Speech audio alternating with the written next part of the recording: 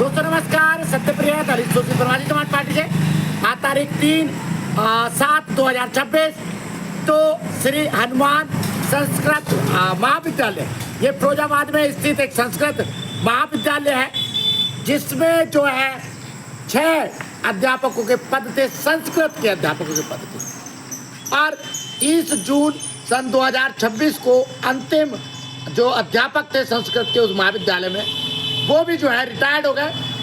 और इसी के साथ संस्कृत के पठन पाठन की जो व्यवस्था थी उस महाविद्यालय खत्म हो गई है। कोई पढ़ाने वाला नहीं है और पढ़ने के नाम पे शायद 20 छात्र बचे हैं जो पूरी तरह दिशाहीन हो गए। बेसिक देखिए, नई शिक्षा नीति 2020 जिसमें सरकार ने बड़े बड़े दावे करे कि संस्कृत के उत्थान के लिए हर संभव प्रयास किए जाएंगे, संस्कृत को बढ़ावा दिया जाएगा और जाने क्या क्या। लेकिन हम देखते हैं जो एक खबर आई है, ये विद्यालय हनुमान संस्कृत महाविद्यालय फिरोजाबाद मिनी काशी कहलाता था और नेपाल तक से छात्र जो है संस्कृत को पढ़ने आते थे।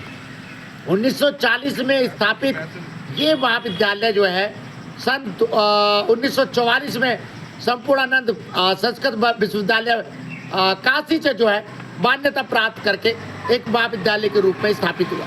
और इस लंबे अरसे में इसने, आप सोचिए, मिनी काशी के रूप में अपनी पहचान बनाई सिर्फ एक महाविद्यालय की वजह से।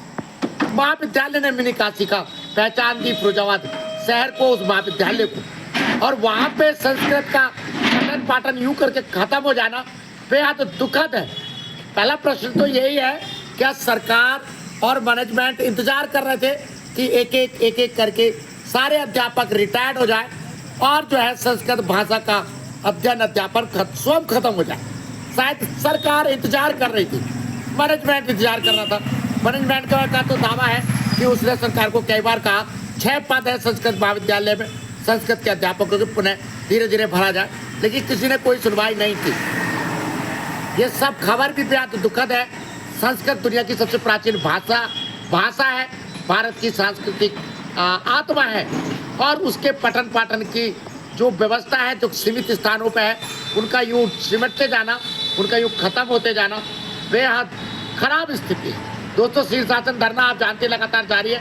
जनहित याचिकाओं के लिए मैं एक बार फिर दोहरा दूँ, जनहित याचिका स्कूली शिक्षा में जाति सूचक शब्दों में कड़ाई स्वरूप अम्बेडकर जी को अधिकारी राष्ट्रपिता घोषित किया जाए, गौतम अदानी, मुकेश अंबानी और रतन टाटा जी को भारत रत्न दिया जाए। यूट्यूब चैनल आप जानते हैं सत्यप्रिय शिक्षा के नाम से है, लगता है बढ़ाइएगा, सब्सक्राइब कीजिएगा। तो बात मैं कह रहा था, जिस दौर में संस्कृत, आपको एक जाके तथ्य जान के आश्चर्य होगा कि जो वैज्ञानिक हैं, कंप्यूटर सॉफ्टवेयर वैज्ञानिक हैं, उन्होंने दुनिया की कंप्यूटर के लिए सबसे अनुकूल भाषा जो है संस्कृत को बताया। संस्कृत दुनिया की सबसे समृद्ध भाषा है और मैं कह चुका हूँ, भारत की तो खैर वो संस्कृत आत्मा है।